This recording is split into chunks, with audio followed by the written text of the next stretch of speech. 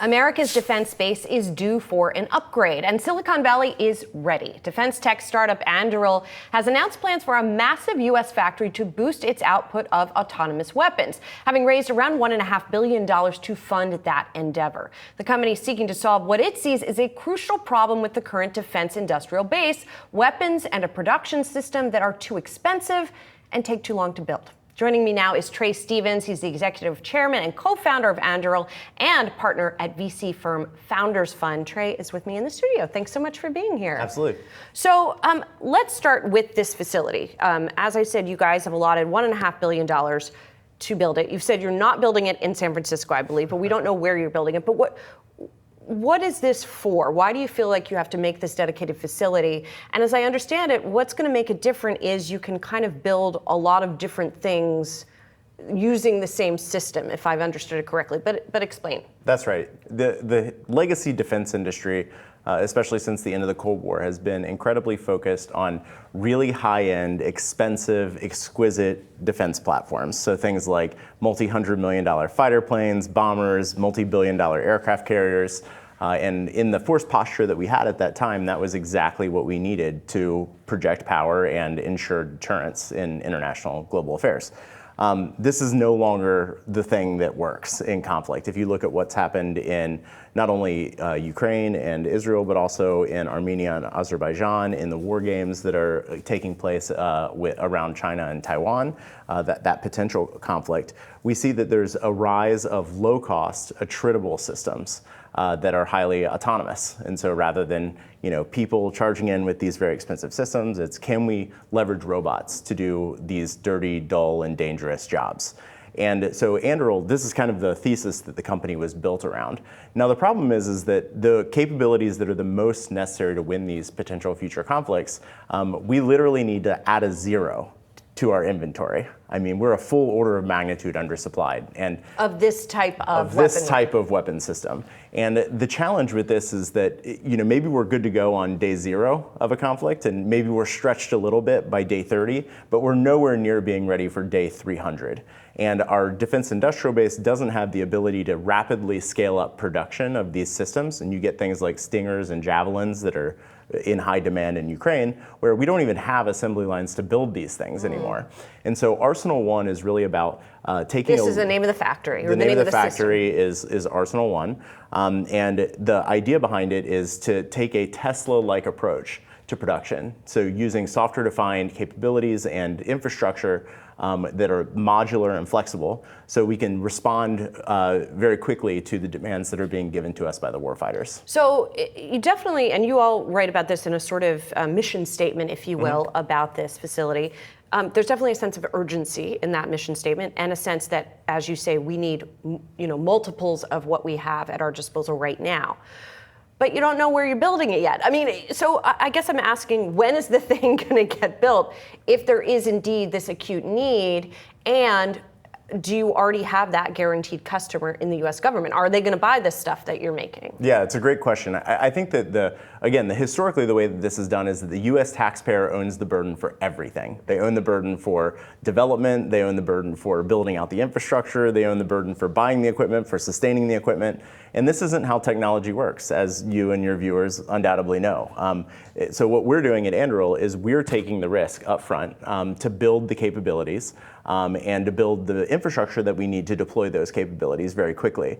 Now, is that a bet on ourselves that once we produce these things that the customer will show up to buy it? Absolutely. But I think that's the way that it should work. There should be some risk taken from an industry perspective as well. When do you think you'll be building the factory? Very soon. I don't think our stated goal is to get to about 5 million square feet. That's not going to happen overnight. This will be a progression over time. We are doing site evaluations right now. We hope to have that wrapped up certainly by the end of the year.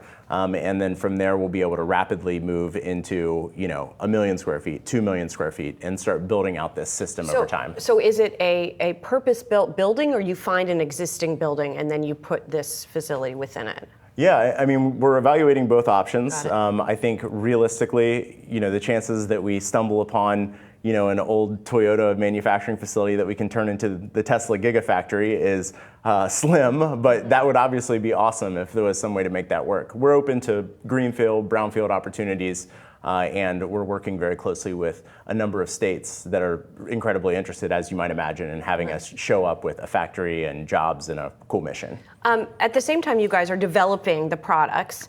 And I'm thinking about a report I just saw this week about Waymo in San Francisco, where the Waymos go to park at night and they honk at each other and they wake up everyone in the neighborhood. And obviously there have been other, in fact, more dire circumstances that involve autonomous vehicles where people have been hurt. And here we're talking about autonomous weapons and vehicles that are in war zones. How do you make sure they're going to, I mean, we've also seen examples where autonomous weapons have hit incorrect targets, et cetera. So how do you make sure that they're ready to go? Absolutely. I mean, every new tech paradigm has risk associated with it. Not every risk, though, has the risk of death. Sure. Yeah. I'm certainly what's happening with the ethical questions surrounding social media are very different than the ethical questions related to self-driving cars or defense. There's literally centuries of ethical tradition that has been established around just war theory. And that's really what we're stepping into at Anduril. It's this question about how do you be as discriminatory as possible in conflict? How do you go into conflict with the best knowledge possible so that you have just cause? How do you think about proportionality? If an adversary does something, what do you do in response? And every technology that's related to the autonomy sector, as long as there's a human at the end of the day that's accountable for the decisions that the mission sets that they're giving the robots to go out and work on, is a more ethical decision than the alternative, which is not morally neutral. There's no moral neutrality to saying we're going to continue to send the men and women in the armed forces into harm's way. I have to ask you about an IPO of Anduril. If it's in the plans, when it's in the plans, how you guys are thinking about all of that. Well, we're certainly thinking really for the first time in company history around what it would take to be ready for something like that in the future. There's no short-term plan to do this, but we are starting to think a lot more about that 3 to 5 year kind of timeline for being ready to go if the market conditions were right and the company continues to grow as well as we have been. This round, for example, is really the first round where we've had public market investors involved. We had Fidelity and Bailey Gifford and others that are around the table. And that was a great muscle for us to exercise going through the fundraising process, rather than just going back to the deep well of multi-stage generalist venture capital firms that we've worked with historically.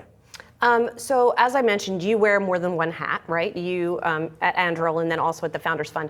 You're the head of the Founders Fund, Peter Thiel, is very active right now, both with his day job and also the other hat he wears sort of in politics and as a political fundraiser. And I'm just curious where you sit in that whole world, particularly given that you do play such a prominent role at Anduril, which is a government contractor, effectively. Sure. One of the great things about Anduril is that it is incredibly recession resilient because it's government, and it's also deeply bipartisan. There's this kind of confusing strain in Silicon Valley where people think that defense is kind of this naturally very conservative field, and it's just not true. If you look at the most likely bill to pass with a near supermajority every single year through Congress, it's the National Defense Authorization Act. Incredibly bipartisan. I don't think our business is affected meaningfully by which party ends up in the White House in any given administration. So not really concerned on that front. Personally, politically, I think one of the greatest things about the last, probably 16 years that I've been working with Peter now and have been close with him, is that he encourages everyone to hold their own opinions and act on them, inside of their own desire. And he is obviously vocal and is very public about what he's doing, and he encourages all of us to disagree. And there's certainly no sycophant thread that runs through the Founders Fund community. Do you disagree with him, or are you on the same page with him in terms of I'll just ask it simply. Do you think that former President Trump or Vice President Harris would be better for the country going forward? Well, first and foremost, I think that anytime someone says, I fully agree with someone else politically, it means they haven't thought about any of the issues critically. And this is one of the core problems that I see in America today, is that politics has become emotional rather than intellectual. And getting wrapped Hasn't up. it always been kind of that way, though? I mean, maybe more so, but I think it's supercharged today in a world of, getting a dopamine drip of short-form video content is not increasing our ability to think critically as a nation, and I'm really concerned about that. Whether like Trump or Harris is potentially better for the country, I think it's hard to say. I have a kind of my rough thinking around this is that everyone kind of agrees with the things that are morally good and feel good and are morally bad and feel bad. It's that other kind of diagonal of feels good is bad and feels bad is good, that all of the really important decisions that we need to make are along that vertical or that diagonal. And I think the modern left has really struggled at times with doing things that feel bad, that are good. And I think this is an area where the Republicans have demonstrated cruelty at times, and it hasn't been super helpful. But personally, I feel better about that kind of the directionality of being able to do hard things that aren't necessarily going to feel warm and fuzzy at times.